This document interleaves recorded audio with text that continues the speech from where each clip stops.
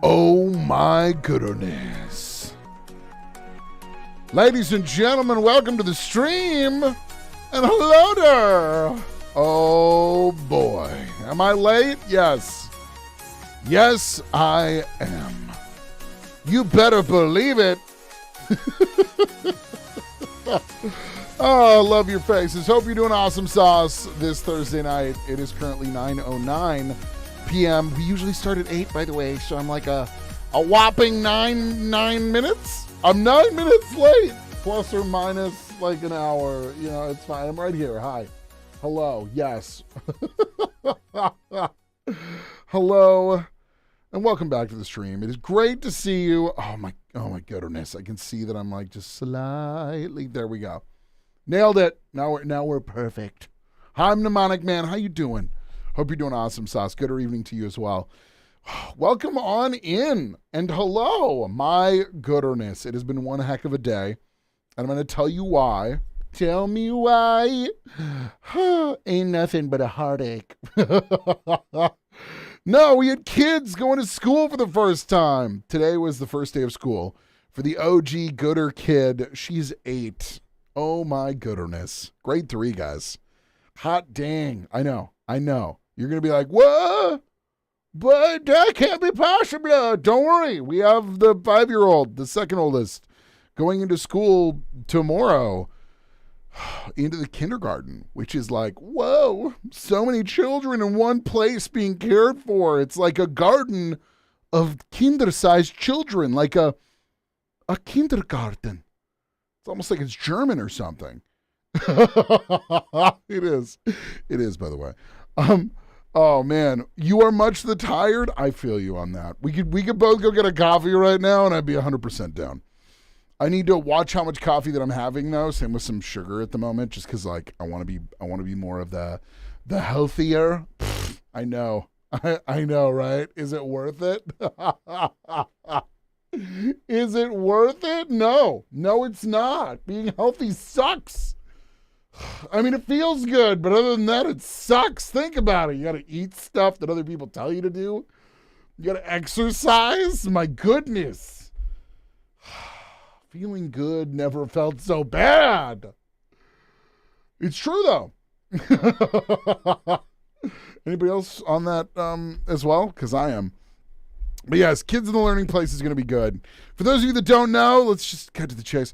I am, of course, at the moment, the stay-at-home dad. Yes, so if you weren't aware of that, I'm going to let you know right now. I am doing the stay-at-home dad thing currently. The gooder wife got a position that she absolutely adores, which is awesome, and I want to support her in being able to chase that. So I'm going to be doing a little bit more stream stuff once we get into the groove. I was hoping to be able to like ramp it up in the near future here. At the moment, I have a lot of learning to do and a lot of like just taking a deep breath and being like, I need to survive this. You know what I'm saying? Kind of like that. But we will have more stuff coming very soon, which is awesome sauce. Trying to build up the network stuff. New Switch. Nintendo can't move packets like this Switch. Ooh.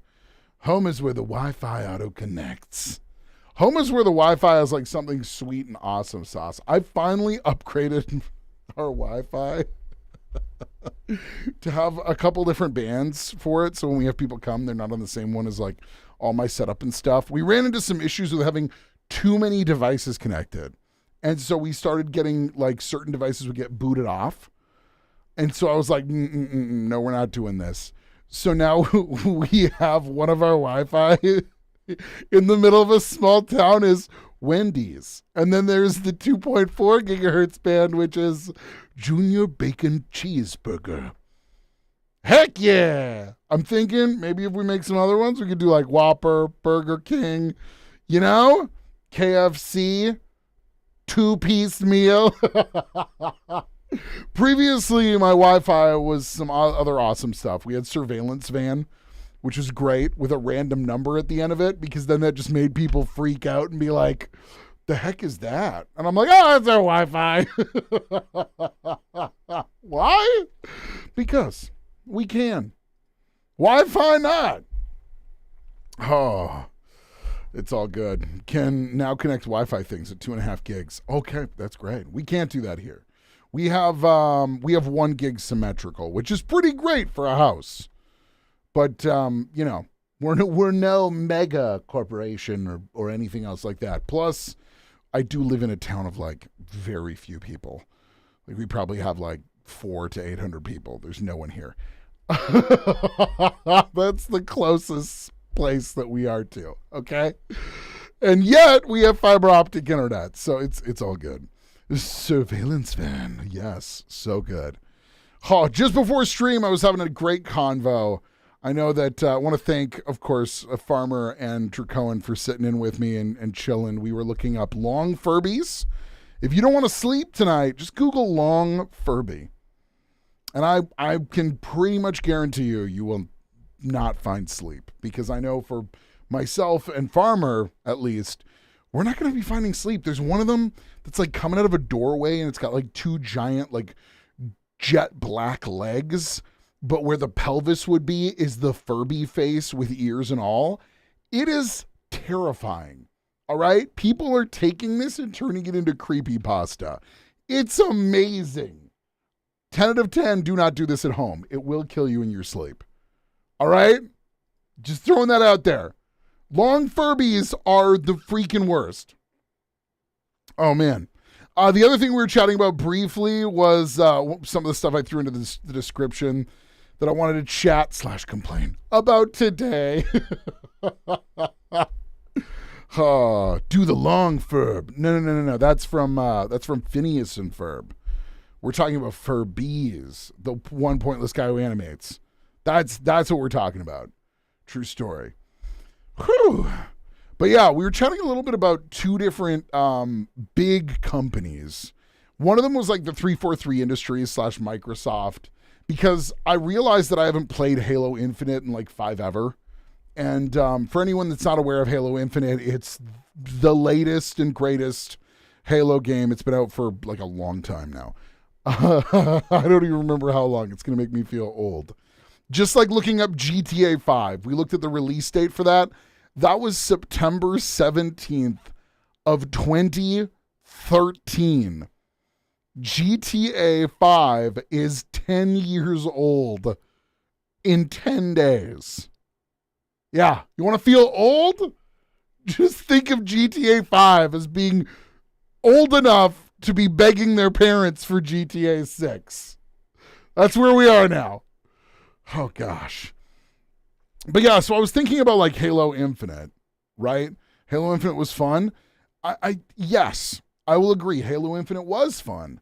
The problem that I had with Halo Infinite is that they lacked a lot of things right out the gate. They had promised they were going to have Forge and like a lot of like the split screen multiplayers and blah, blah, blah, blah, blah, blah, all of this stuff that just didn't come to fruition. And this isn't to say that the devs didn't work hard. Of course they did.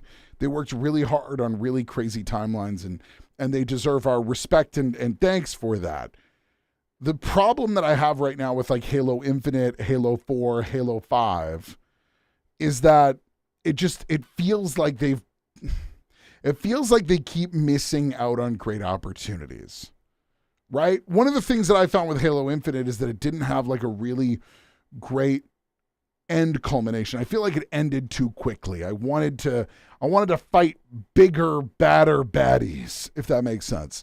And I found that like with Halo Infinite, I was really hoping they were going to go the direction of Bungie with Destiny, because Destiny 2 is just great in terms of that. If you're into like FPS MMO FPS RPG, I don't know what it's called now, but if you're into that, you're gonna have like, they have like the Witch's Tomb. I know that's not actually what it is. They got all the things: the Witch's Tomb, the Beluga's Left Wing, or whatever in the world it is. There's so much stuff that they like put out with it. And I was really hoping that for Halo Infinite, what we were going to see was launch of the full game, and then they were going to have like basically the DLC come later on of them being like, hey, here's an expanded view of it. Here's more weapons, a couple more vehicles, a new big boss for you to fight. This is like an expansion, a small continuation of this story for you. Or even them doing like, hey, we're gonna go back into the past a little bit, still using the same like engine, the same world building, everything they've got in there, to make it so that you can like experience different parts of it and understand, it a little better. Kind of like in a Halo 2 where they were like, oh, hey, let's just throw the Arbiter in as a playable character. And everyone was like, hell yeah. You know what I mean? I was hoping that there was going to be something like that they would continue on with. I felt like Halo Infinite was worth buying. I did buy it. I enjoyed the storyline. I found the multiplayer was fun, but even at like 250 hours into the game, which I do have, I just found that the multiplayer was a little bit lackluster. They hadn't had Forge out at that point in time, which for me was like a big thing. And I can say, like, having completed over 200 maps in Halo Reach, like, Forge is something that I've always absolutely loved using. And it's something that I was very proud to have so many playable maps on. And actually on my my Xbox 360, I have on Halo Reach still all of my maps. I just need to remember my account login, which is so great. The grapple hook would have sold you on the game if you had not played it on Game Pass already. That's fair. There's each of the games they had come out, like Reach was really great because they had that attachable, like the flip out thing, the gun. You know what I'm talking about? It was the one that like fired the little bomb shot, and it was like, and it was like, wow, defensive. I mean, that was great. I really loved that. But I just felt like Halo Infinite played it a little bit safe in terms of what they could potentially continue to grow their franchise out to be. When you look at the things that, and I know it's unfair to compare them to Rockstar, because Rockstar is a rock star when it comes to supporting their games and creating continued experiences and helping to foster the community in continued experiences. But like Halo Infinite should have had the ability to become like the Halo equivalent, ideally, of something like a GTA 5, where you have this giant open world space that you can go and adventure in, and they can just create additional experiences for you within it. And that would have been freaking amazing. And having additional vehicles and guns and stuff like that come out in seasons would have been so much fun. But seriously, though, I just feel like at this point, they've kind of, not abandoned it, but put it more into maintenance so that they can produce their next game. And that makes me a little bit sad. That makes me a little bit sad. Halo Infinite is baby's first Far Cry. You're not joking. Microsoft was like, 343 could just pull an Ubisoft, right? I mean, look, they can't keep it for all of those. You can't have all the Far Cries. Come on. They did it with Mordor, so we should be able to do it with Halo. Oh, man.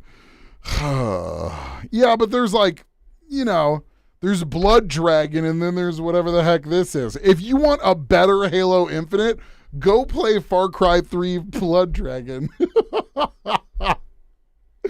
Oh, gosh. It's horrible to say that, but it's true.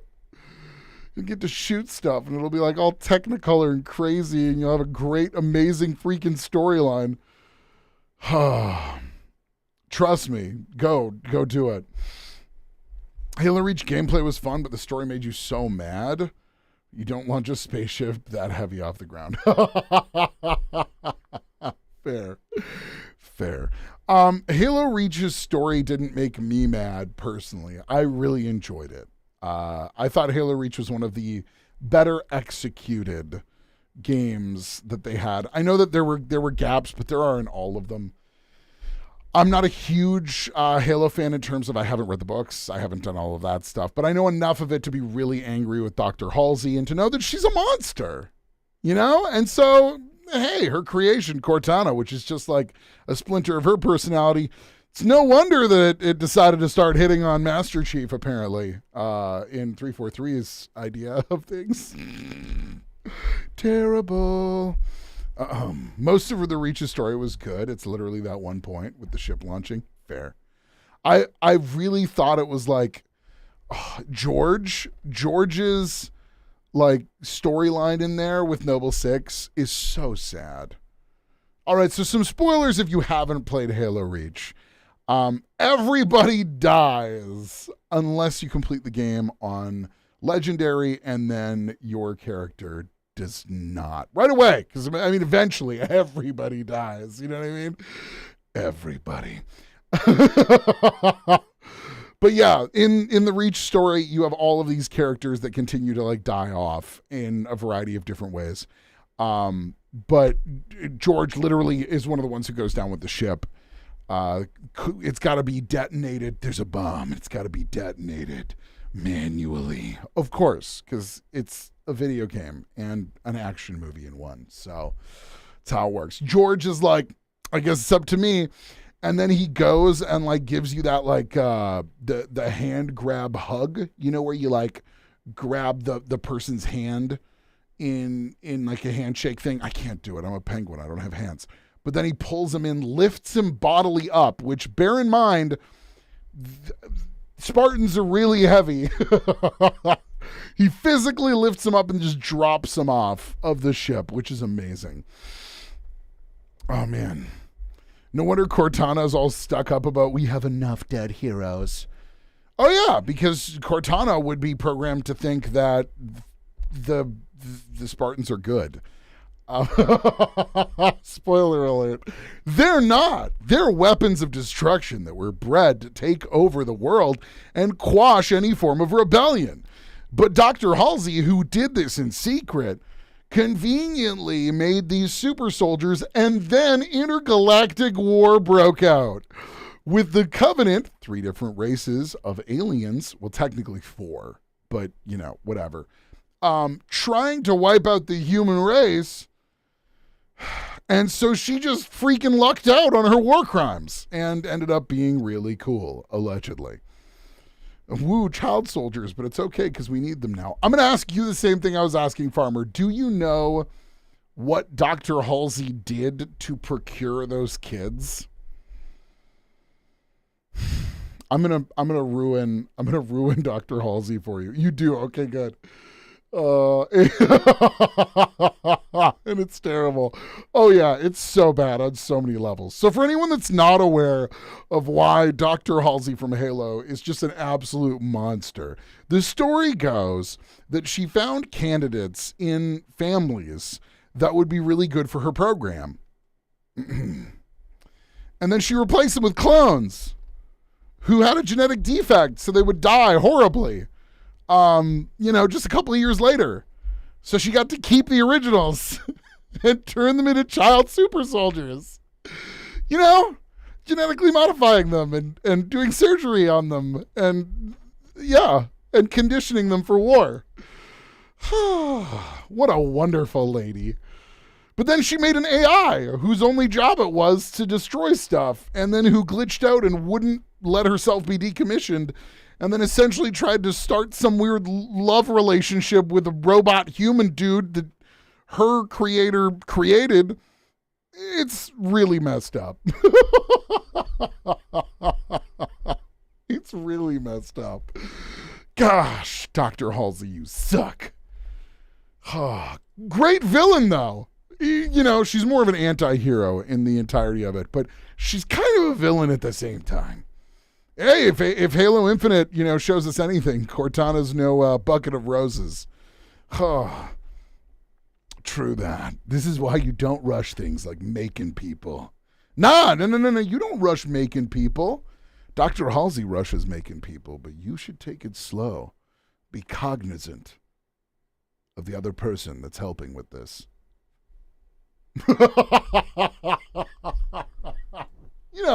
In a lab. Hey, whoa. Obviously, in a lab. Where'd your mind go? There's some side stories in Halo that are really good too. Of course, there's some really great ones. Halo 3 was fantastic. ODST. Halo 3 ODST with Nathan Fillion. Come on, how's that not supposed to be good? Is a really solid story, though. I really like that one. thoroughly. And I know for myself, I will be picking up and tinkering around with, hopefully today, a little bit of Halo Infinite's Forge mode. Because for those of you that don't know, like I mentioned just earlier, I do have a lot of experience in Forge on the Xbox 360. Huge amount. Yeah, huge amount of experience. With like 200 finished maps and a bunch of different game modes that we made up, which were great. And I would love to try and make a couple of those into a reality again, and maybe even play them with the community, because that would be super fun. I've always been very passionate about, specifically, like Halo Reach has been my favorite, but I started playing Halo way back in the day, like in high school when it came out. Not to make myself sound too old. I was in the beginnings of high school, but still, I remember going and we would do like LAN parties, and it was awesome. It was super great. Those were really fun times. One of the kid soldiers gets to meet their dad that thought they were dead. A touching moment. Oh, see, that's great. There's also other stuff like Red versus Blue, which is a spinoff. That was Rooster Teeth, and I think they're still producing them. I haven't been keeping up whatsoever. But I thoroughly loved like Caboose Visits the Halo Reach campaign. If you have not seen that video, go to YouTube, pull it up. It's hilarious. Like, if you know Halo Reach, you will laugh your butt off. It's wonderful. I highly recommend. But yeah, so Halo Infinite, Forge mode, huge user of Forge previously. I used to actually build maps with a buddy way back in the day on the Xbox 360. I was working, oh man, I think I told this story. So I was working in the middle of nowhere, aka Yorkton, Saskatchewan. All right. And I worked like weird hours. I was up super early, and then I had the rest of the day to myself, and I knew no one there at all. Okay. And that was a problem, because knowing no one in Yorkton, Saskatchewan is pretty much living in Yorkton, Saskatchewan. I'm sorry. It's true. And so within my first like 2 months, I was just bored out of my skull. So I went and bought myself the Halo Reach edition of the Xbox 360. First brand new console that I had ever purchased for myself. And I literally have thousands of hours in that game. Oh, man. I love it. Loved it to pieces. Played a ton with this really great, amazing dude that we built maps together for like literally 2 years. And it was so good. Life brought us in different directions. I wish him all the best. I hope he's still doing great. But I haven't been able to catch up with him or find him, because it was one of those weird internet friendships where you're like, yeah, we're friends. We chat about everything. We just never swap numbers or like even real names. And it didn't matter. It was great. It was great. Very much like streaming, like being here on YouTube. Have you hanged out here? Well, have you? This sounds like a you question. Have you, Deaton? Have you? I think you have. Welcome. I hope you're doing awesome. That does sound like the middle of nowhere. I have been in the middle of nowhere. Low Farm, also the middle of nowhere, yeah. It's somewhere, but it's also nowhere at the same time, because, you know, it just is. It's like a nothing space that exists there. So yeah, tonight I just wanted to sit and chill and chat and complain a little bit, like I did, about how I feel Halo's been just squandering their opportunity, 343 Industries. The other thing that's been irritating me, honestly, is Disney and Marvel movies. All right? And complain about what? Everything!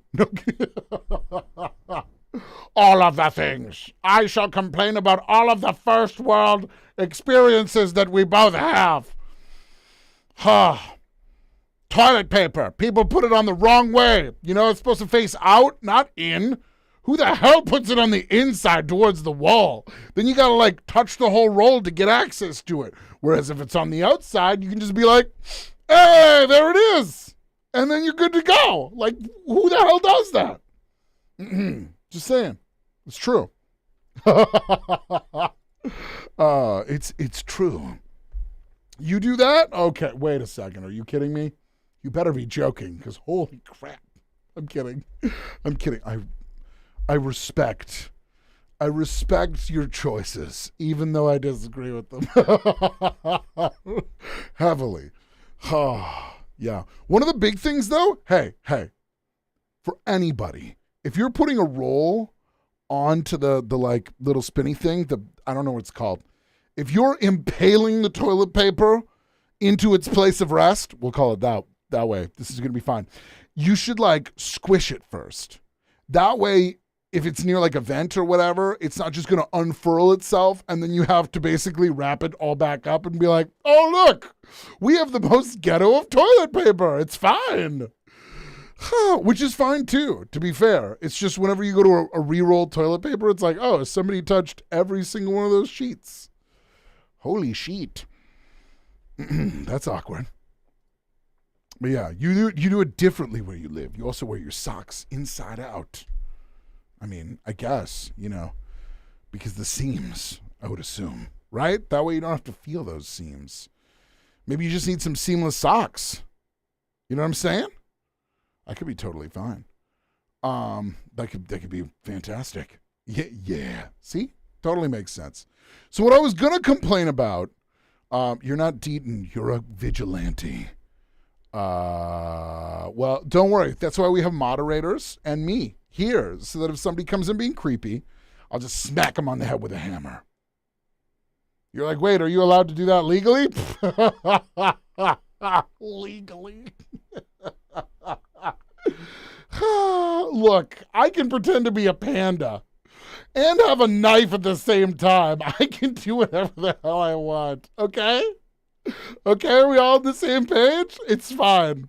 They're going to be like, oh, was it a penguin? Nope. It was a panda. An aquatic panda. Don't worry, we can take care of our own here. It's all good. It's all good. You're a panda? I'm an aquatic panda. Just like, pandas are just landlocked penguins. It's very simple and wonderful. He might slice a cake for you. Maybe. If you're good. So you're a furry penguin. No. I'm just a penguin. See, some people are furries, and they're part of that fandom, but I'm not one of those people. However, I know many different people that are part of the furry fandom. They're wonderful individuals. It's true. So we were going to complain about things. We got distracted. By a couple different things. All right? That's one of the things that we got distracted by. But what I wanted to talk about is what the heck is going on with Disney? Has anyone noticed that they just keep pumping out a lot of shows that seem to be really missing everything right now? Like everything. Hello, Fuzan. Welcome on in. Great to see you. It's just one of those things that, has been driving me nuts lately. Because as someone who, enjoys creating content, is on the internet, etc., frequently, I've been getting a little bit tired of the constant Disney rollout. I want them to take a breath, and I want them to pay writers fairly and work with the Writers Guild of America to have a positive work environment and pay people fairly. There's that. But I also want them to take a breath and create some good content. Is that too much to ask? Bring back the writers' rooms, let the writers be on set, do all of the stuff that makes good stuff. I'm fine with that. I think it's good, because then if it's good things, I will want to go and watch it in a theater. If it's bad, I don't want to watch it in a theater. So just work with people, figure your shit out, your relationship-wise, give and take, and then make us good content, which would be nice. That'd be good. Just throwing that out there. Oh, man. Oh, so many different things. What if I'm bad? Do I get hacked? No. We do have an axe, but we don't do that. No, that's a little bit too 14A. No. You would just get banned if people are really actually legitimately bad. But if you're just I'm bad, I mean, that's up to you and whoever you're bad with. You could leave me out of it. AI art is really good, I guess, except for hands and other things that they struggle with. And they're just copying everyone else's art, which sucks. Yeah, Disney is run by Skynet. No, Skynet is run by Disney. It's the mouse. The mouse is gonna get ya. True that. It's probably to appeal to the younger generation, not for people your age. I don't think that's the case.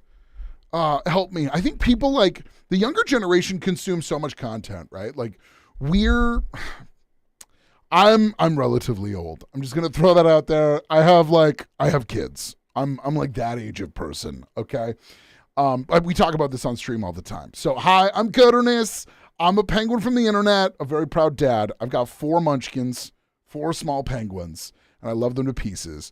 But yeah, I think that for them, they're really aware of what is good or bad content. Because like my kids will watch a Disney show and they'll be like, I don't like that one. And you're like, why don't you like that one? And they're just like, I don't know, I just don't like it. But then when I watch it with them, I'm like, yeah, I don't like this either. This is crap. You know what I mean? That's the biggest thing is you're just like, yeah, that's terrible story writing. This is just a rehash of everything else. Totally. Let's go back to Bluey. At least it's original and awesome and hilarious. Gosh. So I don't even think it's the younger generation thing. I think that Disney, instead of understanding how to schedule their content out and going like, we got a banger. There, and we got to put this one out, and then we got another banger, and we put that one out, but like after we put a couple of like, could be good, could be not, right?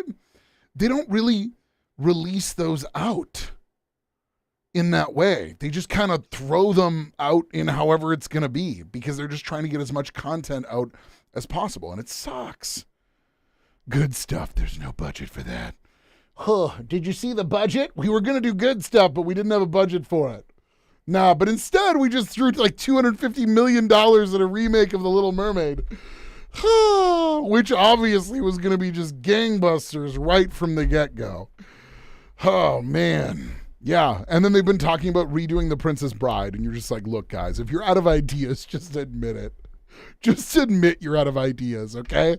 It's fine. I'm cool, to be fair. I am cool with whoever playing whatever roles anywhere. This is not about that. This is about it being like, we're going to remake stuff and then expect that it'll do super duper great. All right, look, not everyone has Hermione Granger to play Belle at all times. You know what I'm saying? I'm just throwing that out there. It's just how it works. Oh, man. The truth is you wanted to kind of come here to troll, so I don't want to anymore. You're welcome to hang out. I mean, I'm cool with just polite trolling, but when people are like wanting to come in and throw an ASCII art or whatever else like that, I'm gonna be honest with you. I was a Twitch streamer. Like I'm a partnered Twitch streamer. I streamed on Twitch for over 8 years. All right, I just swapped over to here because I went and got a job working for like a company and stuff and deprioritized stream, and then now that I'm a stay-at-home dad, I get to come back and do it again. I'm loving it. But I wanted to do it somewhere where I could start to maybe make some YouTube videos and like, actually build a library of stuff instead of just being live all the time. I love being live, but I also love the aspect of us being able to, I just realized how that sounded. It's like, I love the aspect of us having long form content. True.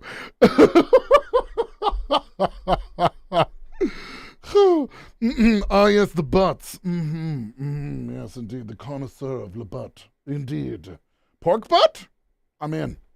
Pork butt. Delicious.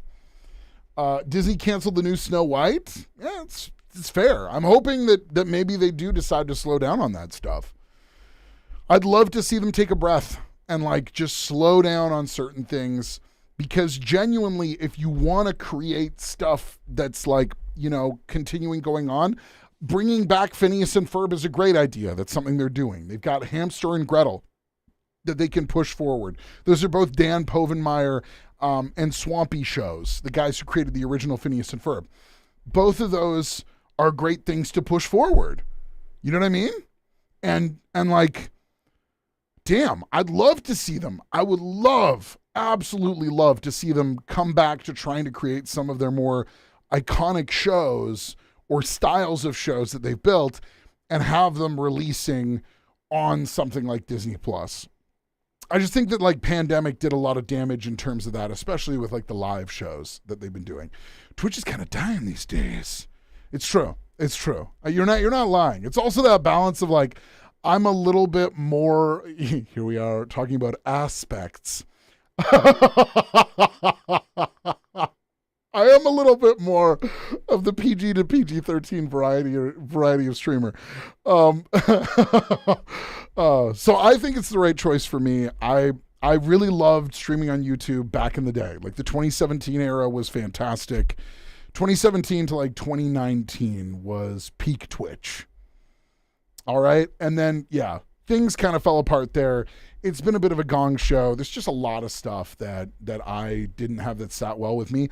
And I will be losing my partnership status probably within a year because I'm not going to hit their like 350 sub requirement and all that jazz. So I was just like, nah, we're not doing that. The moment they announced that, I was like, goodbye.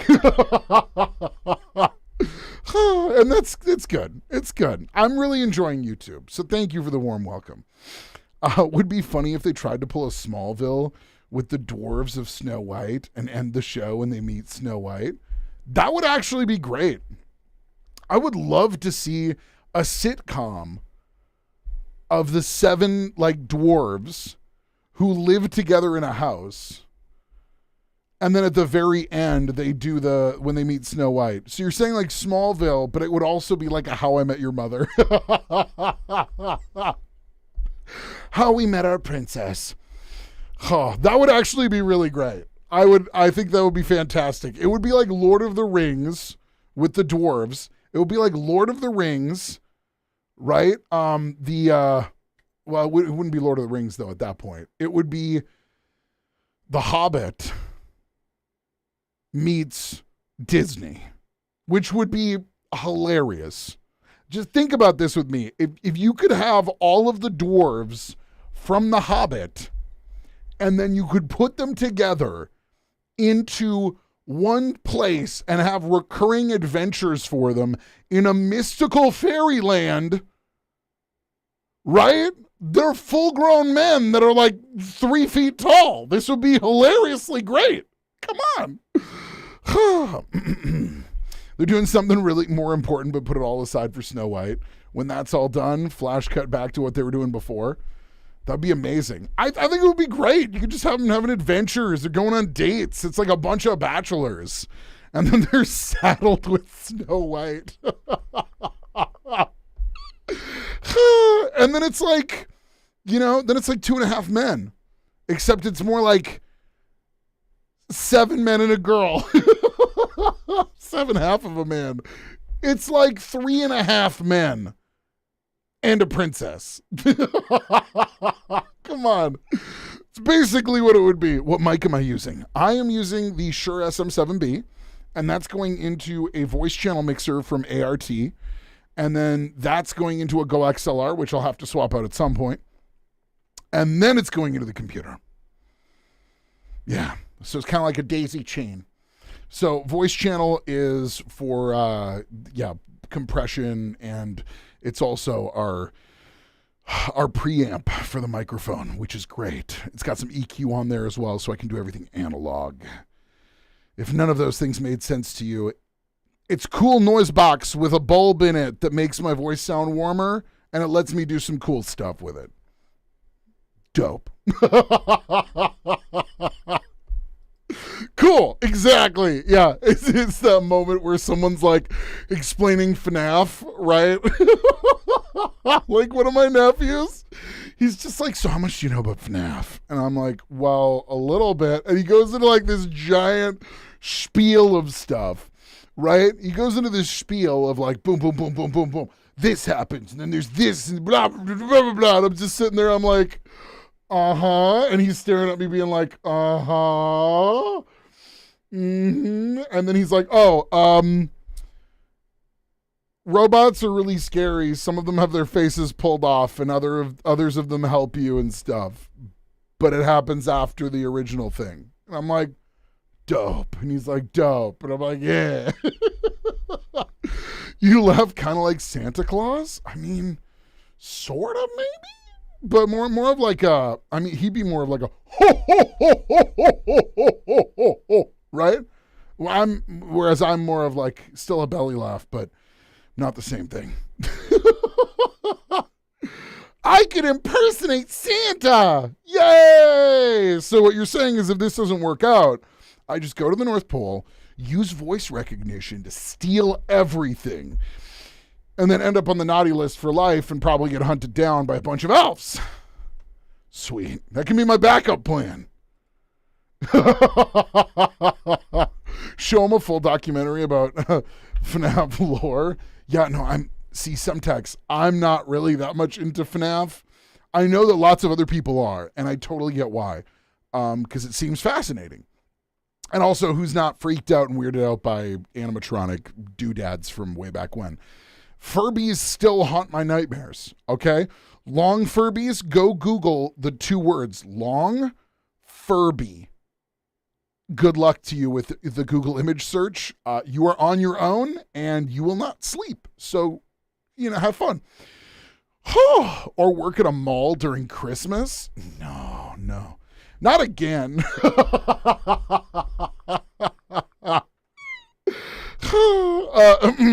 He's like, wait, what do you mean not again? I mean, look. So during high school, what a lot of people didn't know was I actually did moonlight as Santa. All right? So in like grade 10, I want to say? In like grade 10, I know. I actually went and moonlit as Santa for like 1 year, which was hilarious. Because I had like people from my class and like other people who would come to do the like jokingly be like, oh, I'm taking a picture with Santa. And you're just like, they don't even freaking know. Which was fantastic. I want a gaming PC for Christmas. Oh, little boy or girl. This is the internet. How am I supposed to know? Or individual that does not identify as either. What would you like for Christmas? I don't know if I've got, hold on, I just got to double check here. I don't think I got it up in here. I don't have my beard prepped. I do have like a Santa beard, which is dope, by the way, but still. Whew. LMA.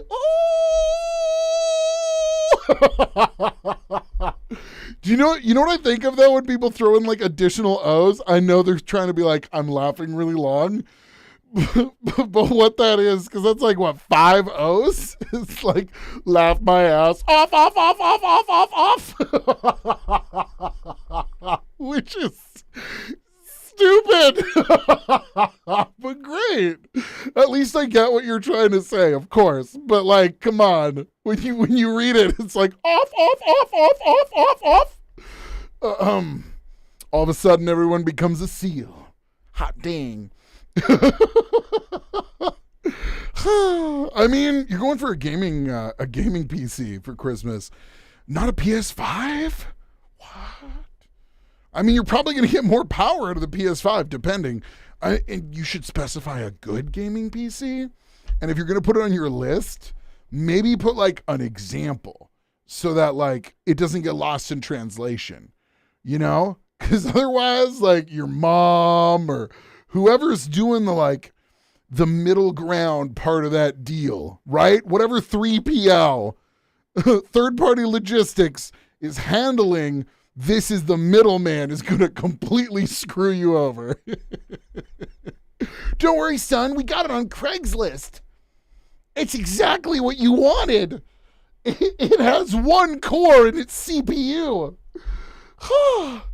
Did you know that it comes with an SSD? Oh, no, wait. Sorry. They said it's more advanced than that. It's SATA. Ooh. It's also got 4 gigs of RAM, baby. Wow. You're gonna get screwed. I'm kidding. Maybe if the PS5 actually had games. Yeah. If I was going to choose something, and this is a conversation that I literally had with one of my cousins for their kid. All right. He's really into video games. They're really not. And they're like, so what do we do? And I'm like, well, here's kind of the options. You can go with all these things, PS5, gaming computer, whatever. But you could also get him an Xbox, right? And then you could have Xbox Game Pass. And they're like, oh, so we pay like $13 a month and he's got access to like all these games, which is great. You know, because you might as well do that. We're in Canada, so it's $13 a month because they hate us. And our dollar's not worth as much. So maybe that's more of the reason and less if they hate us. But, you know, I'm going to take it personally. Thank you, Xbox, for hating us. I feel so unloved. Is it possible for you to do a Carl Weezer impression by chance? I don't know who that is. I'm not going to lie to you. I'm trying to think of who Carl Weezer is, and I don't know. I'm trying to, who in the world is that? Isn't that like, wait, Weezer? Is that with an H or with an E? Oh, yeah, okay. No. You're talking Jimmy Neutron, right? Because it's with an H. I thought you were talking about somebody else. I was like, it's gotta be. It's gotta be Carl Weezer. I don't know what he sounds like. Jimmy Neutron was like right after my cartoon phase as a kid, you know? I was playing like, I was not that young. I'm sorry. I don't know what he sounds like. I'd have to listen to it, and I can't do that live on stream because I don't want to get a copyright strike. But I'll try and look it up. Are you going to eat that croissant? Is that like, I'm assuming he's nerdy, like as all get out. From what I can see from him, you know, he's got glasses, much like myself. Us ocular bros got to stick together. Don't give in to the man, Carl Weezer. Don't give in to the man.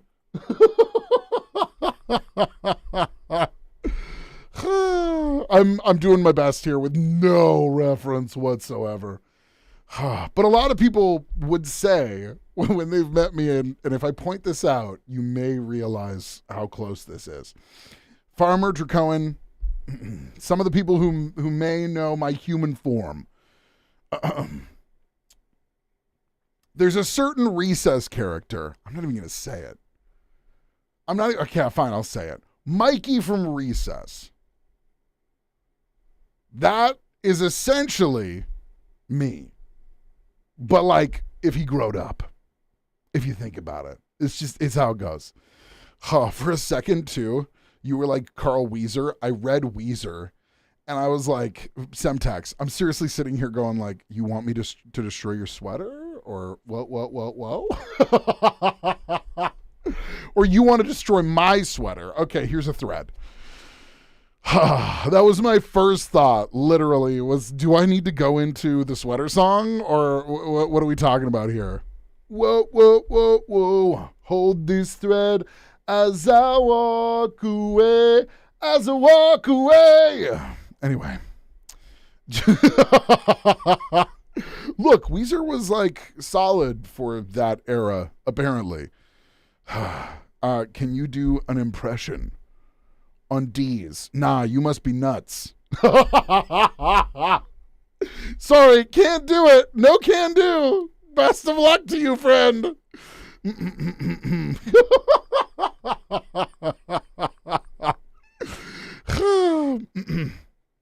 It's fine. It's all good. But yes, if you don't know who Mikey from Recess is, then you should go check it out.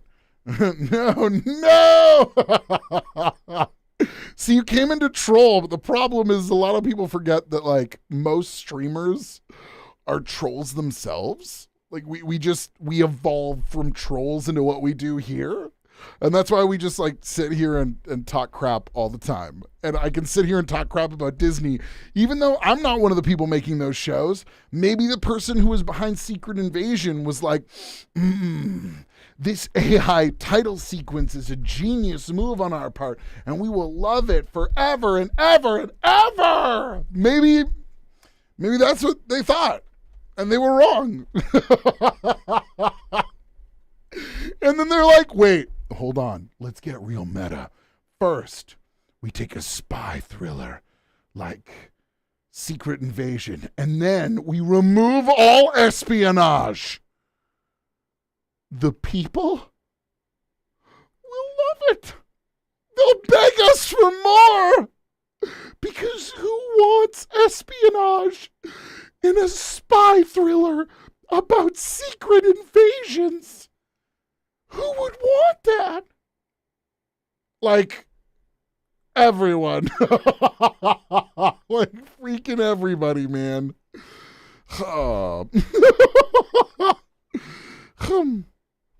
One does not simply troll the troll that trolls the trolls. It's my bridge. I'm the troll. I'm under it. I thought I was clever doing that. I thought I'd get you. That's okay. That's all right. Fair play. Fair play. They did what with Secret Invasion? Well, fine, I guess. Yeah. Secret Invasion is a little bit of a dumpster fire. I'm not gonna split any hairs with you. It is like if you took the espionage out of a series about espionage. They also did indeed create the entire title sequence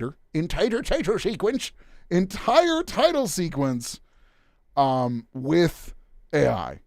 Which I know there's people here in chat who are talking about AI unironically as being like, we can make some sweet stuff.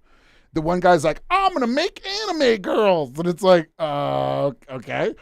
One of the things to remember, though, when you're creating anything with AI is that those AI programs have just stolen everyone else's IP and then put it into something that can regurgitate copied variations of it.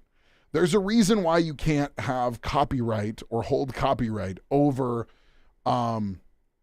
like AI made work. And it's because, well, a robot just made it up of other people's IP.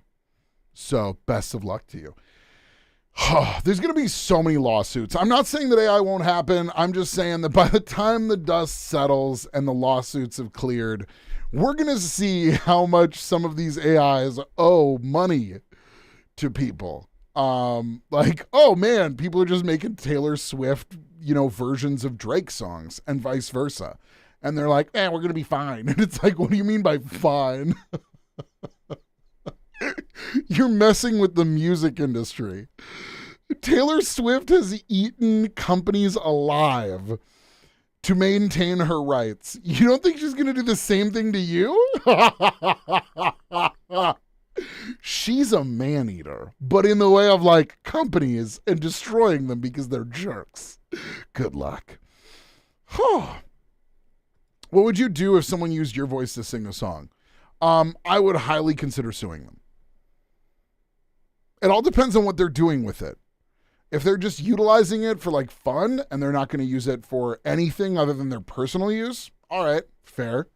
If someone uses my voice from recordings that I've made because no one else is recording my voice, they're stealing it off of like YouTube or Twitch or whatever else like that. If they're using that and they're going to make money off of it, then heck yeah, they should have to pay me. It's just how it works. Genuinely. I mean, it's just like for Taylor Swift. If you're taking her voice from songs and stuff and you're recreating it into something else, she should get paid. Like, by the way, I'm not grilling Taylor Swift. I'm like, she's a savvy businesswoman that knows what she deserves. Go get it. Go get it, Taylor. Go get it. Like, hell yeah. I'm 100% down for that.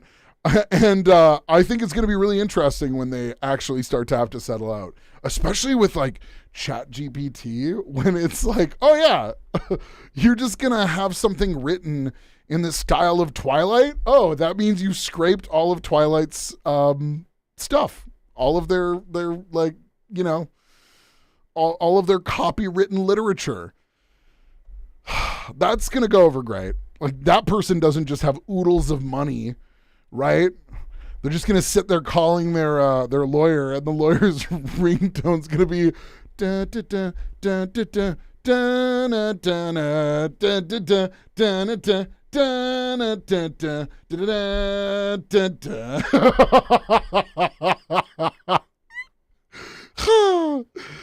Oh man, because yeah, it's not like, oh, I don't know, J.K. Rowling or or whoever wrote Twilight. I don't know their name. I do know the series. I have read the series. I did not like the series. Okay. Let's just say there's a reason why the actors who were on Twilight had to make fun of the series while they were filming it to survive. You know, there's a reason there. And if you enjoy it, that's totally okay. But I'm going to be honest with you. The relationship between the werewolf dude and the daughter is like super screwed. Not bad writing, bad writer, bad. And if you don't know what I'm talking about, you go look it up and you'll be like, excuse me? And you're like, yeah, they went there. All right. Whoo. Let me jump in about this topic. It's a game that that you're addicted when you encounter it in person. It's called Galaga.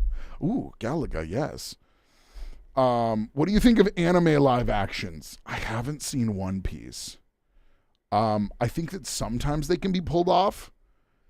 But if we're talking about Avatar, The Last Airbender by M. Night Shyamalan, that's what, like, I don't know, any form of corrupting virus on the internet is for. Yeah. AKA fire, like napalm, like literal napalm. If you can take that, toss it into a bin with it, light it up, it's probably not enough. You know? It's probably not enough. But yeah, that's cool. I mean, Galaga that's the pew pew one, isn't it? It's like, that's very clear gooderness. Yeah, no. Galaga's the one with like the all of the alien things. It's that iconic one that looks like a little bug thing that's all in a row and they're coming down and you need to shoot at them. Correct me if I'm wrong, but that's Galaga, right? Like a fixed shooter, I think is what they were called. It's an arcade game from like the 80s. Yeah. Hold on, I can Google it. Galaga. Yes, 1981 fixed shooter arcade video game developed and published by Namco. But it was released in North America by Midway Manufacturing. Cool. That's awesome. But yeah, anime live actions, I think they can be good. I struggle with them a little bit, though, because there's some of the anime that it's like, it's just so well done that you're just like, I don't see how you can turn it into a successful franchise, because then you're just ending up doing almost a one-to-one, and maybe it makes it more accessible, but who knows? You know what I'm saying? I just don't know. I haven't seen the One Piece one, so I can't speak on it. I'm hoping that it's good, but I know that there's tons of other animes out there that are really great. There's Spy X Family. I don't know if you've seen that one. That one's solid. The music choices in it, amazing. There are penguins in there. You should watch it through. You'll find the penguins eventually. Chaotic Cartoonist. Hey-o. Hello. Welcome on in. We've been talking about everything from like Chat GPT all the way to Galaga just recently. The fact that I was Santa Claus for a year and a bunch of other things like that. I was super embarrassed of that, to be honest. I was super embarrassed. I made good money doing that. Not going to lie. But I was super embarrassed. Can you imagine being in like 10th grade and being able to pull off being Santa? It's true. You're more of a Pac-Man kind of guy. No, that's fair. That's totally fair. I enjoy Pac-Man, but I got to be honest, I was like a brick breaker person. I loved Pong, and then that transition into Brick Breaker, because Brick Breaker is just solo Pong, right? With power-ups. And so who doesn't love that? And I remember having that on like my first cell phone ever that I got with my own monies. And that was when I had moved out. Because the one that I had at home was like one of those Nokia brick ones that you couldn't break even if you tried. Like, you know, if the world were destroyed tomorrow in just like a giant nuclear blast, the cockroaches would be able to make calls to each other on Nokia phones. Because those would be the only things left in the rubble. And apparently the networks, because we're living in a space where stuff survives. But anyway, it's just one of those things. It's how it works. Oh man. Your aunt has old school Sonic pinball machine from like the 1900s, and it still runs and is super fun. I'm gonna say it's probably from the 80s, right? 80s or 90s, but 1900s, that's a little far back. I don't think Sonic is that old as an IP. I could be wrong. I could be absolutely wrong about it, but I'm like 99% sure that's not how that works. I think it's like 1991 is when Sonic became a thing. Yeah, years 1991 to present. Yes. I'm not going to try and pronounce the names of the people who actually created it. I can, but I don't know if I will just absolutely butcher them. There's Yuji Naka, Naoto Oshima, and Hirokazu Yashuhara. I did my best. You can correct me if I'm wrong. Whew, not that old, but I'm not sure, so I said the 1900s. Yeah, but like 1900s was like Little House on the Prairie. It's like Little House in the Big Woods, Little House on the Prairie. Like the people in log cabins, bro. Fair. Look, please, no. I'm joking. We're having a good laugh. I don't want you to feel like it's at your expense. It's more so like the 1900s is just a funny number to throw out, you know? Oh man. I'm just waiting for Pong and it to be like, look, man, Pong was developed at least by 1850. Fair. Oh, you're pulling a funny there. That's fair too. If it is pulling a funny, that's great. Yeah, 1991, that's totally cool, though. She's got like a classic pinball machine. That's super dope. Genuinely. Because pinball machines were great. I remember opening up like, what was that? Windows 95, I think. Did Windows 95 have the pinball game built into it? Because, gosh, I remember playing that ad nauseum and it just being like, this is peak entertainment. Hours spent on that one.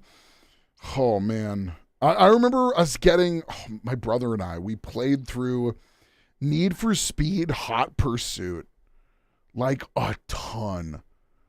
Oh, gosh. That was so good. Calling in a spike strip. And you always felt so good about escaping that, too. Gosh, those racing games were so great back in the day. And they're great, too, now. I mean, you've got Burnout. You've got a ton of different really great games. The Need for Speed games are still really solid.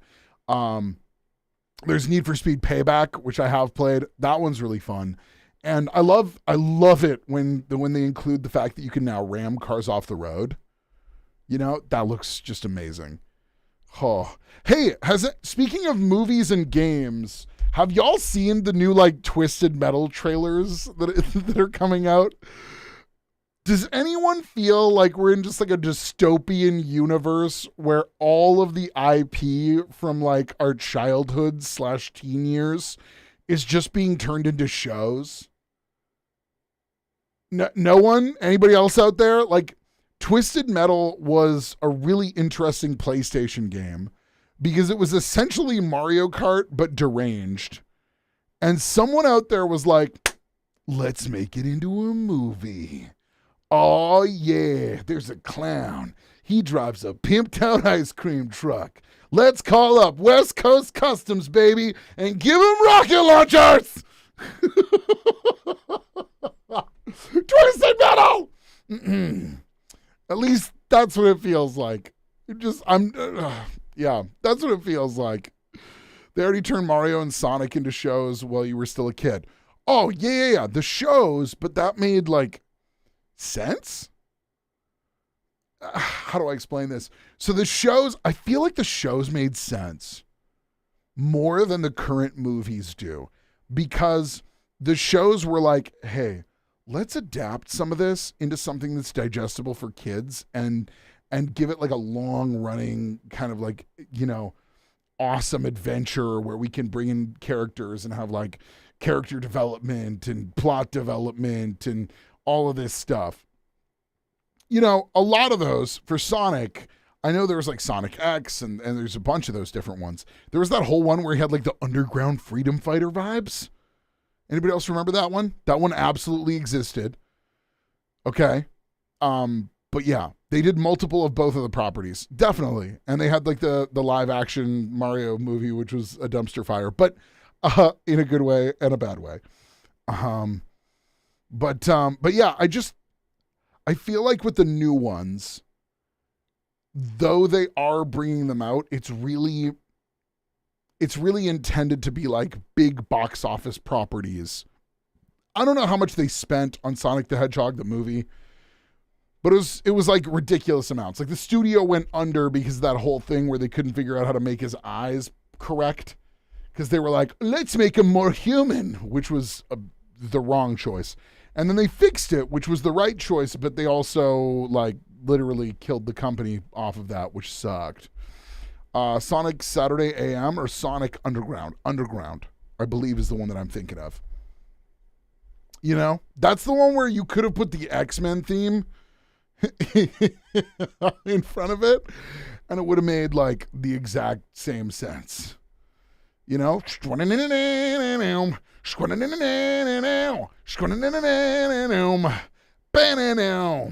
on. Y'all remember that. Don't lie to me. Y'all remember it. So good. So good. Oh, there is much opinions on those. I think it's Sonic Underground. I have to double check. Let's be honest with each other and just say that I haven't seen either of these in like five ever. Like literally decades. Like decades. Which is really sad to say because they were both really great. X-Men theme is super iconic. I still can't believe that they're just sitting on that. I loved Sonic Underground. I don't know what the creators were thinking when they were making it, but I loved it. Yeah, right? It's so good. Sonic Underground did not have Sally or Tails, and thus it was worse. Oh, you mean Miles Prower? I'm kidding.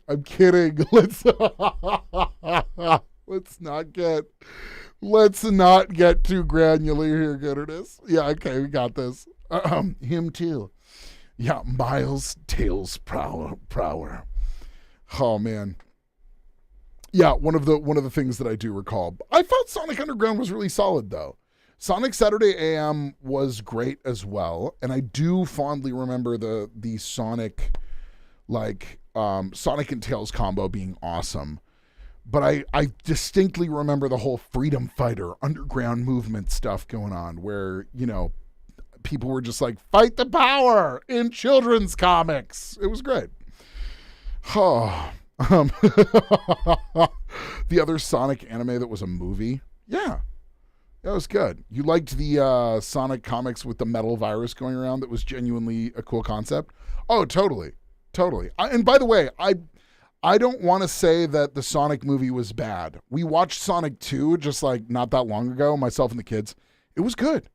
It was actually really good. I think the biggest carry that is made in that entire thing, though, is absolutely by Dr. Robotnik.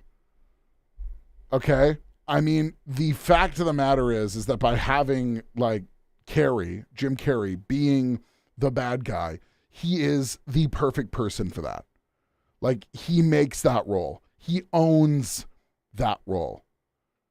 And I'm really excited to see them come out with, like, the third one, which I'm confident they're going to do because of stuff. Knuckles in Sonic 2 was surprisingly fun. He was. Genuinely, though, still gotta say, reconnaissance! And the plot development of the relationship between, like, Jim Carrey's character and Agent Stone, hilarious. So good. Jim Carrey's the perfect character for everything. I can't really argue with that. He's super great. If you've never seen Mr. Popper's Penguins, go watch that movie. It's great. And he's in there. So win, win, win, win, win. Oh, man. But yeah, I really enjoyed that. The Mario movie, I'm not crazy about for a couple different reasons. It isn't about the voice. I thought that the movie was pretty well put together, etc. I was a little bummed, and I know they're holding back Yoshi for like another movie, probably for the second or the third one, because they had like the whole egg cracking at the end, but they also showed like a whole herd of them on one of the islands. You know, I felt like with the Mario movie, it's being designed to be a multi-movie franchise. And instead of it really sitting and like standing super well on its own. And I remember sitting there and my 8-year-old looks at me after we watched the Mario movie and she goes, "Why doesn't Bowser just have the piano fall on him when he's in the cage so that he'll grow back to full size and break through it?" So my 8-year-old understood the concepts that they were giving, where it's like, if you eat one of the mushrooms, the small one, the big one, when you take damage, you become big again. So she understood that and immediately went, okay, whoa. Big bad guy gets captured in tiny cage, but then he just does nothing about it because he's content to sing about peaches?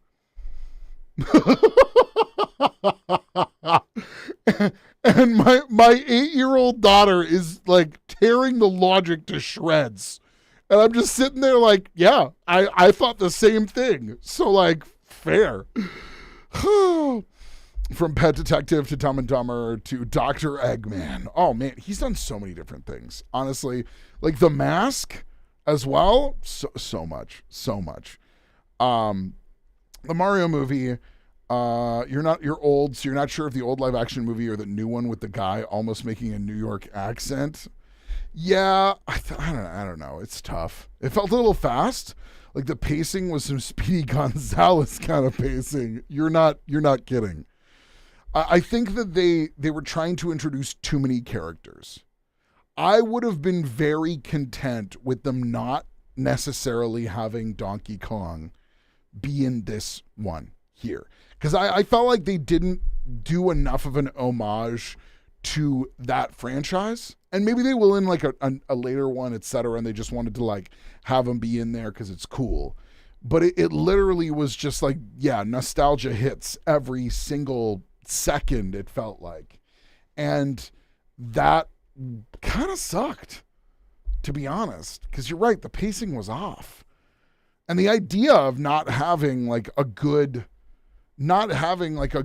chunk being dedicated to like their Diddy Kong, right? Where in the world is Cranky Kong? I mean, technically he's the king, but come on. Like, where's all the fun banter and dynamics from those games that like exist in that weird family relationship, right? And then they have what's the girl's name again? Is it Tiny Kong? There's like Diddy Kong, Donkey Kong, Cranky Kong, and I don't remember the girl's name. I'm sorry, it's been forever. There's way too many characters to try and remember. Honestly, maybe if they were fine with a bit longer of a movie, it would have been fine. If they could have lingered in the same place a little bit longer. Candy Kong and Dixie Kong. There we go. Thank you. I appreciate that. Oh, chat coming in clutch. As usual. Oh, man. Yeah, they had a lot of promise that could have been there. And I also felt like there were some really funny things they could have done with the toads as well. There were some really funny things they could have done with the toads as well, which they did not, but that kind of sucked. That they didn't. You know what I'm saying? Oh, man. Sorry, my knee is just locking up on me because I've been sitting for a little bit long here. 1 second. I'm going to toss on some music, okay? I'm going to be right back. I love your faces, and I will return right after this. We'll BRB.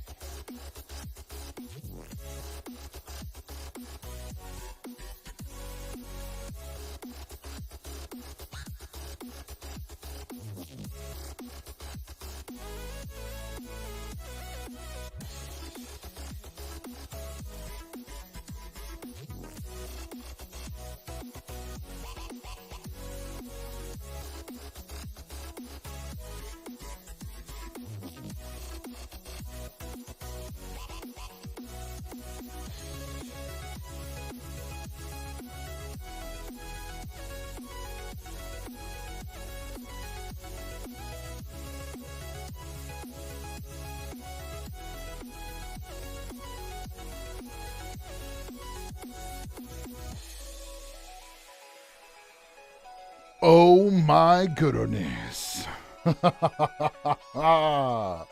Welcome back. Whew, thanks for understanding. I had to take a quick break. Took a little bit of a waddle. Went upstairs, said hi to the gooder wife. She's doing awesome sauce. Why is she called the gooder wife? Simple. She is literally my better half. Oh, do you like how I dance? Indeed. The music is pretty fly. I'm going to have to add it in so y'all can like check out what that is. But this is Wantola Lighter Than Air, which is solid. I use Pretzel Rocks for the vast majority of stream stuff. And that's just because of the fact that I absolutely do love the music that they've got in there. It's pretty solid. Genuinely. Good or night, Mnemonic Man. I'm sure Mnemonic Man is long gone at this point, but I'm going to say good night anyway, and I hope that they hear me. Far off into the distance, somewhere beyond the sea, somewhere Gyarados is waiting for me. Oh, my splash stands on golden sands and watches the ships as they go sailing.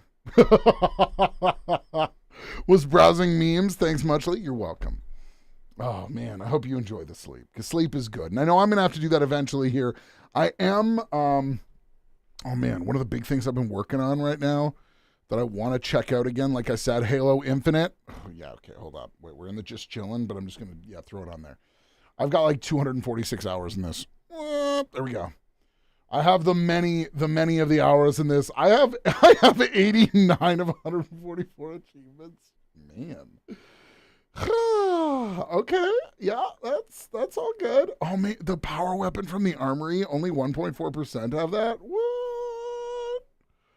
That's nuts. What is my most rare one that I have? Now I'm interested. Now you got me interested. I still need to finish this on legendary though.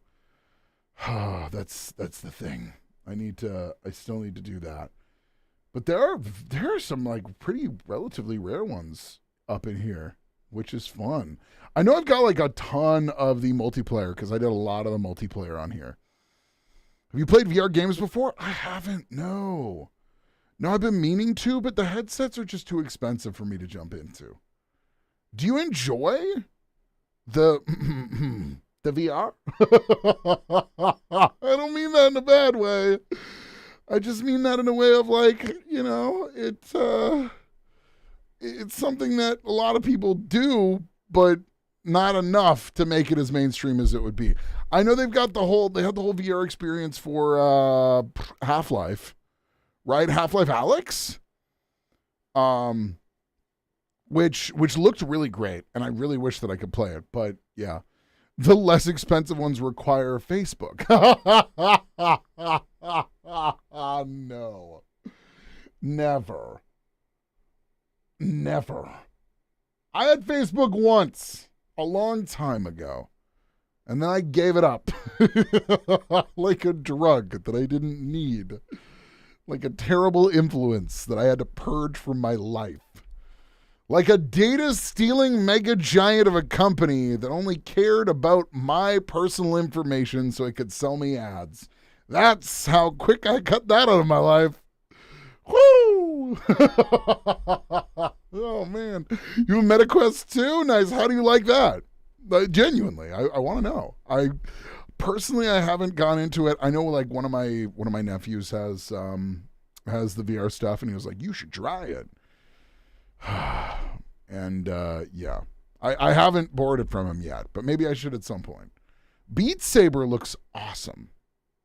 Not gonna lie, there's some games that look fly, but there's a lot of them that just look like, why would I want that? Or that's very niche. Like the Star Trek Bridge Commander game. I'm not saying that it's that niche because there's a lot of people that love Star Trek. But I'm just saying the cross-section of people that love Star Trek enough to get VR so that they can be on the bridge in a relatively half-assed game about being on the bridge of a spaceship. Like, the cross-section of those two groups seems like it may not be as big as we think. Then again, I could be completely wrong. because I'm not one of those people. The game selection is a little small when it comes to free ones, but even the free ones are great. Yeah, I've seen like they've got like Rec Room games and some other stuff like that, which seem like they'd be pretty fun. I imagine bowling and stuff like that would be great. I mean, there's some stuff like for VR that, how do I put this nicely? There's some stuff where I feel like they don't fully capture the coolness of what they could do within, that space. And I mean that in the way of like, I would love to see a bowling game that someone would make that would be like golf with your friends. So everyone's bowling on the same bowling lane, but there are obstacles. And it's like golf with your friends, but with bowling. And you could do like cosmetic options for it. So of course, glow in the darks on the table. You could do a Rainbow Road version that's set in space. You could be bowling with planets. You could be grabbing the earth like a god and rolling it down a hazard-filled bowling lane. Right? Come on. Where is that? Maybe it exists. Maybe it doesn't. I don't know. I'm just saying, those would be cool things. Why not? Who wouldn't want to have that? Oh, but yeah, that's really cool that there are quite a few different free games that they have. That sounds super good. Gorilla Tag, yeah, I've seen that one actually. AKA Accidentally Punch Your Child Simulator. Okay. I have heard of Gorilla Tag. I definitely have. And there's lots of like, let's be fair, the new kid on the block, which isn't that new anymore in any way, shape, or form, is Roblox.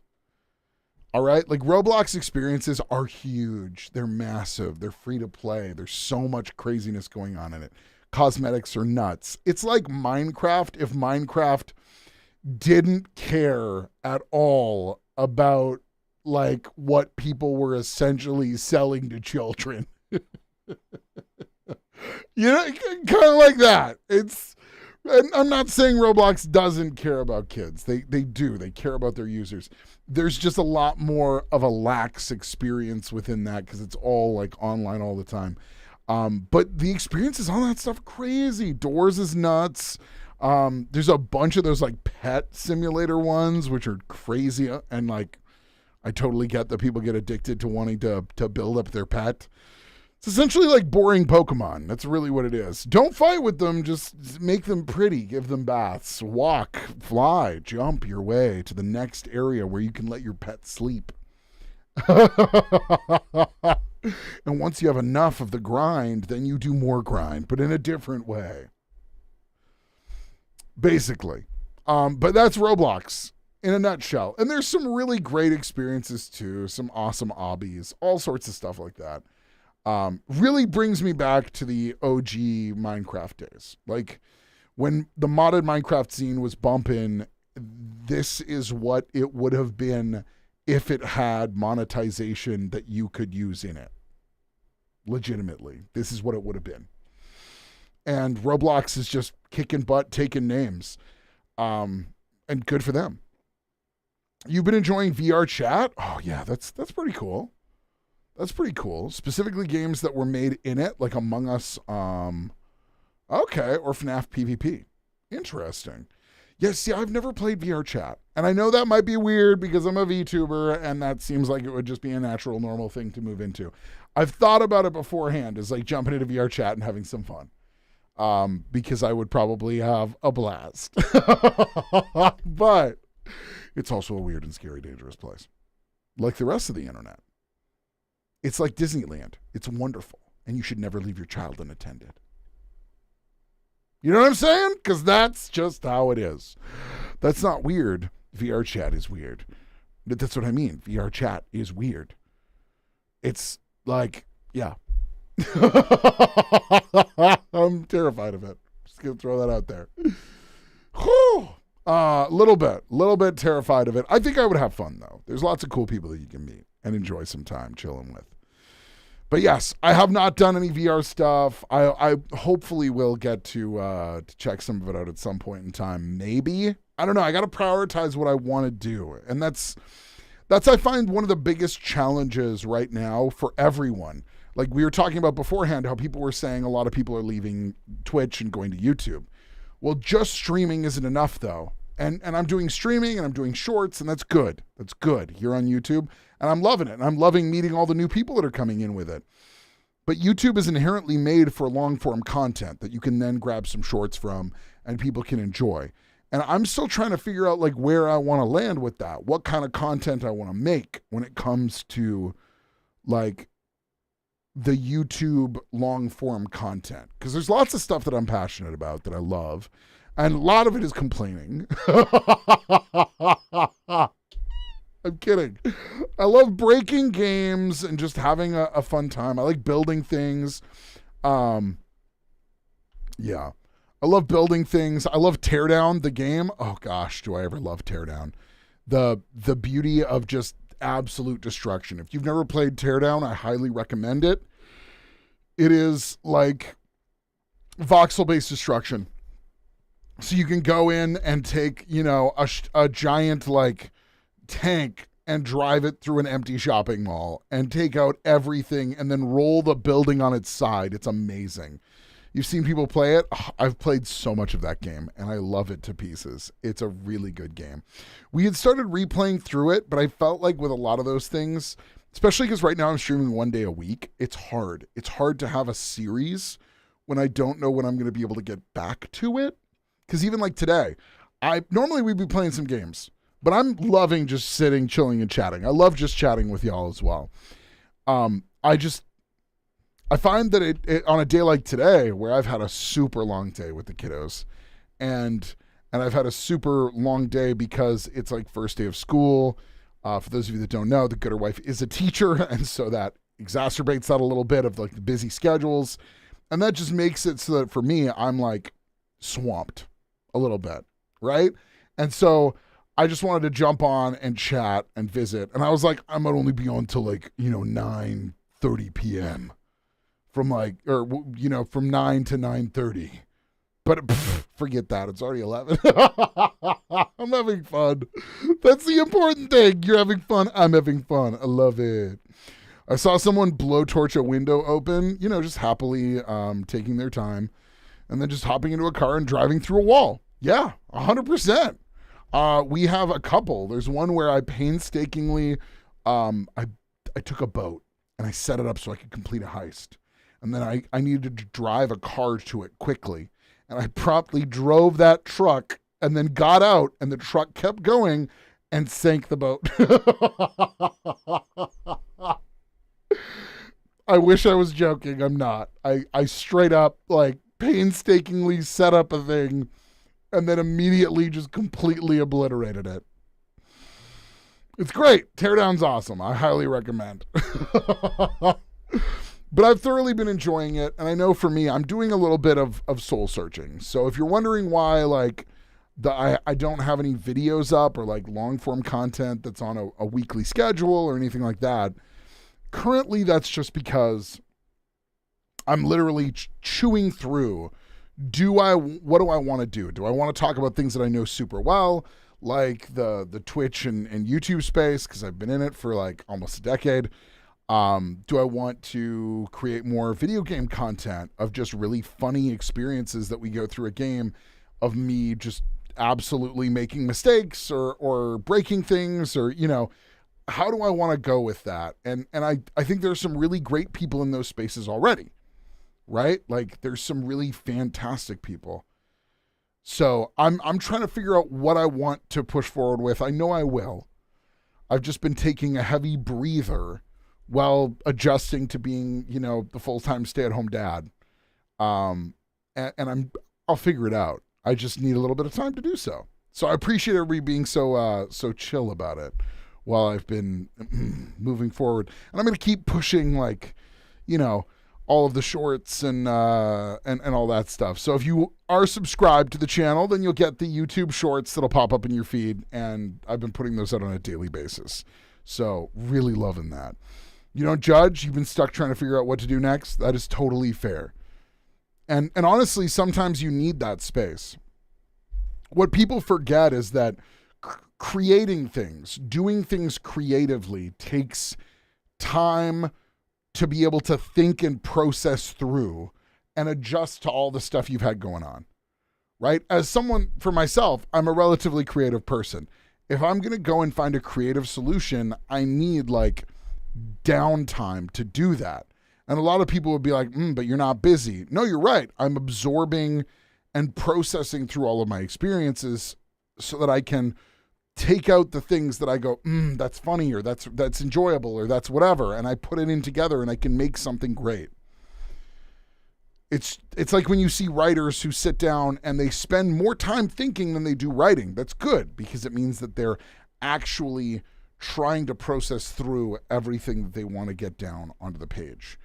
And arguably most writers are going to take way more time thinking than they do writing, which is good and bad. But I think that's true for everybody when you talk about not knowing what you want to do next, whether it comes down to not knowing what kind of video you want to put up next or anything else. It's a challenge. It's a challenge because there's so many different decisions you can make. You love animating, but it's so time consuming that your brain acquires new ways to distract itself. Oh yeah, absolutely. I've been trying to embrace all my chores and everything as Korok quests, right? Like you finish something, you like empty the dishwasher, and then it's like, ha, you found me. You know what I mean?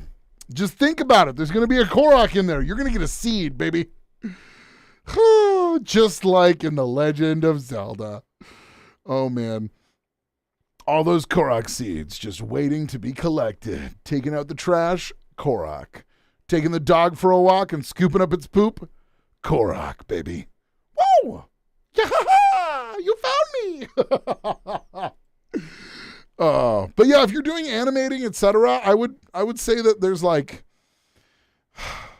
a lot of those difficulties that will happen when it comes to like trying to jump into stuff. You're going to come face to face with things that you dislike. And I can tell you one of mine, and it's one of the reasons why I know I'm just going to have to force myself through it once I get to the point of deciding what I want to do creatively. That's going to feel like the easy part, because one of the things that I don't want to do as much is edit. I'm not a huge fan of editing, but I've got to learn to be one if I want to, continue to make content for YouTube, etc. I know how to do editing. I do editing already, but I want to be better at it, of course. The only way to do it is to do it, and I don't like it. Imagine just putting up your dishes and then getting jump scared by a small twig gremlin. Wouldn't it be great, though? You change the oil on your car, and the moment that you roll out from underneath, a small twig gremlin jumps on your chest and goes, "Yeah, you found me!" Heart attack 101. That's why they don't have to give out many seeds, because everybody just dies of heart attacks from the surprise reckoning of getting stuff done. Did you finish that thing I asked you to do? Oh, heck yeah. But then I was accosted by a small woodland creature. Oh, my. And he's like, you got to go talk to Hestu. Why? I don't know. Just guy's got stuff, and he wants to buy the crap that people give you in the forest. Come on. Oh, man. You would love Koroks to be in different areas, like one made of coral with seashells as a mask. That'll be dope. Yeah. They gotta like branch that out a little bit. I think they need a little bit of a push in the right direction to get more varied, like not just aquatic environments, but like varied aquatic environments. I'd be down for that. I'd be down for like a sea version of well, I guess they already had those. Of the Legend of Zelda, they've had some of those. I would love to see us get more like ocean versions of it, because there's something super chill about being on the ocean, Ladies and gentlemen, I want to thank you for being here with me tonight. I know we're coming to the end of the stream. I love your faces.